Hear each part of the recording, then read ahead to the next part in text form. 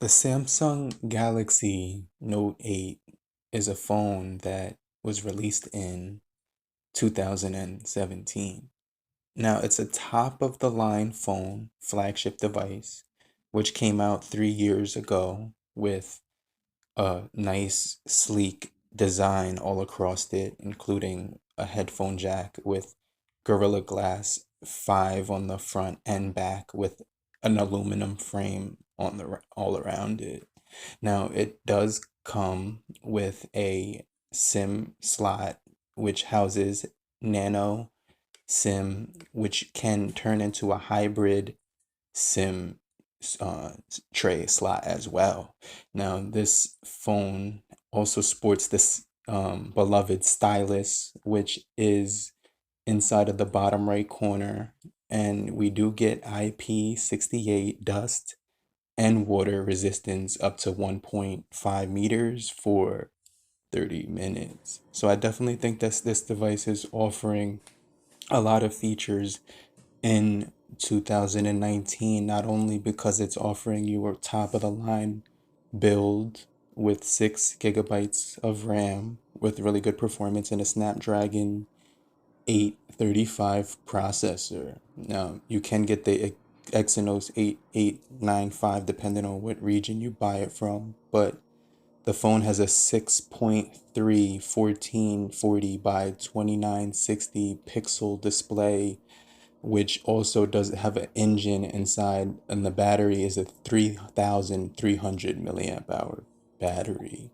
Now, as far as the overall feel in hand, it is a little bit tall and narrow for the average person's hands, but after using it for quite some time now, I must say that it's actually became the perfect fit and feel over the long term, as well as having a case on it will actually add extra grip to the phone when you're holding it through everyday use, whether you're in commute or just in your car.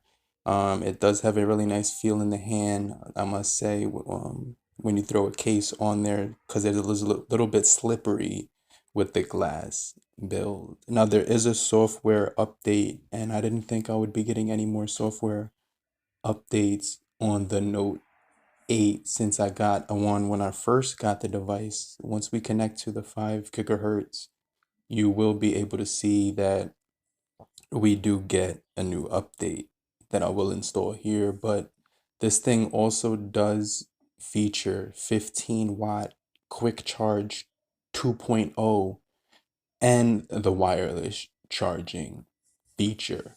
You are getting a lot of different colors to choose from, such as the midnight black, maple gold, orchard gray, deep sea blue, and star pink, which is only a limited edition in Taiwan only.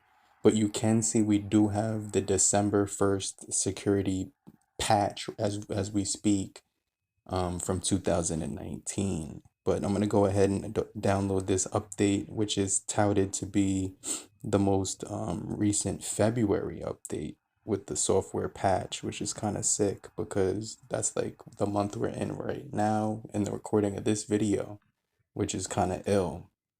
So it's kind of cool to see that this thing has the most recent update on the software, and I was getting a nice variety of features in this device, and it has been my main SIM phone, and I have my main SIM inside of this phone at all times, basically, because you could turn this thing into a computer with the Samsung DeX desktop experience support. So honestly, if you wanted to go ahead and do so, you did have that feature as well.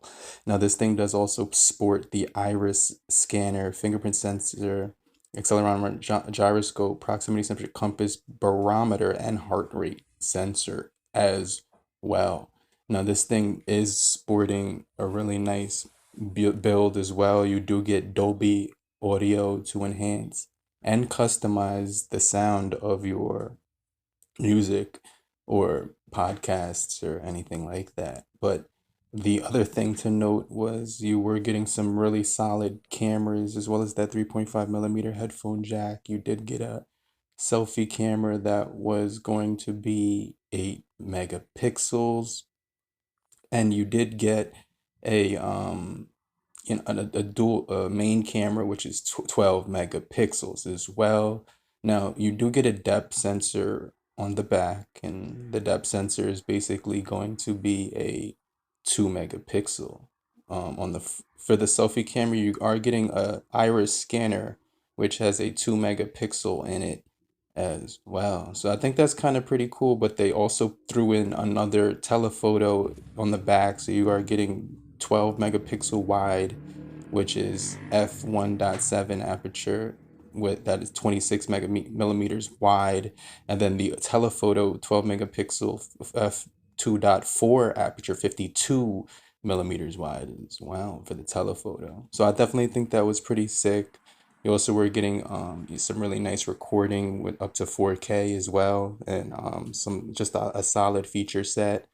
The GPU, which was Adreno 450, was pretty powerful, and this thing did have a 10 nanometer chipset, which is kind of honestly pretty cool. And the fact that this thing started out from Android 7.1.1 Nougat and then upgraded all the way to Pi, and it's still getting like updates till this day, 3 years later, is pretty cool. Now, I'm not sure if it's going to get more support after the fourth year of its lifetime, but honestly, I kind of caught it at the right time. And I definitely had the Note 4 when I first had the first Note that I ever got. Now the first Samsung I ever bought was the Samsung Galaxy. I think it was the Samsung Galaxy Mega, and that's what kind of drew me into the Note series. So after that, I got that one actually had a physical key on the front of it. But this one is all glass, all curves, and just a beautiful piece of tech right here.